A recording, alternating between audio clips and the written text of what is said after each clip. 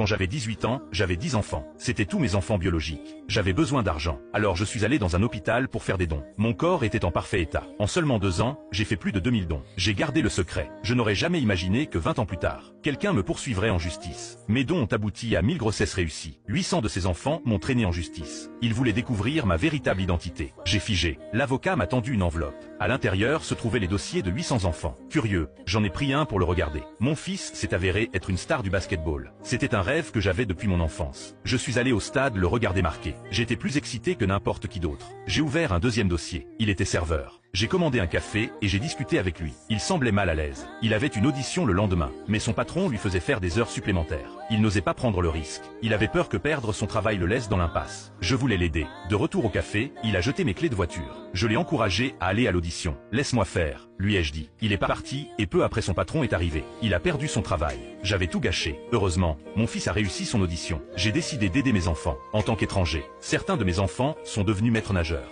D'autres ont travaillé comme guides touristiques. Certains sont devenus mannequins. D'autres coiffeurs. Certains étaient artistes de rue. J'ai commencé à les protéger discrètement. Ma fille s'habillait de façon trop provocante. Je l'ai suivie et j'ai grondé un homme qui l'importunait. Mon fils maître nageur n'avait rien à faire. J'ai fait semblant de me noyer devant lui. Cela lui a donné le sentiment d'être important. Les affaires de mon fils artiste de rue étaient au ralenti. J'ai joué le fan pour attirer les passants, pour qu'il lui donne des pourboires. Mon fils guide touristique n'avait pas de touristes. J'ai rejoint son groupe pour le faire paraître plus occupé. Un jour, j'ai fait semblant d'être livreur. J'ai vu ma fille s'effondrer après avoir mangé trop de farine. Je l'ai emmenée à l'hôpital juste à temps. Elle m'a demandé de signer en tant que son père. Comme ça, elle n'aurait pas d'ennui. Elle a promis d'être ponctuelle au travail à partir de maintenant. Mais j'ai choisi de lui faire confiance. Le lendemain matin, j'ai attendu devant son bureau. Elle est arrivée à l'heure. J'ai souri de soulagement. Chaque fois que j'avais du temps, je choisissais un enfant au hasard. Je vérifiais s'ils avaient besoin d'aide. Mais cette fois, j'ai ouvert un dossier et mon sourire a disparu.